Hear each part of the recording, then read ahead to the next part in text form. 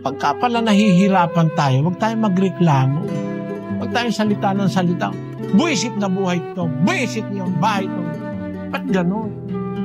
Ba't yung buhay ang buwisit? Bigay ng Diyos yun. Kaya ka buhay, bigay ng Diyos yun. Sasabihin mo, buwisit na buhay. Puro na lang ikahirap. Puro na lang hirap. Puro problema.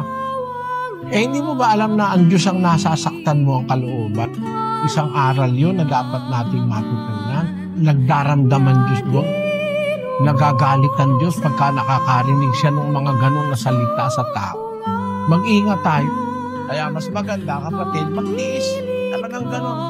Pagkatapos mong magtiis, isinama mo sa pagtitiis mo ang paglilingkod sa Diyos.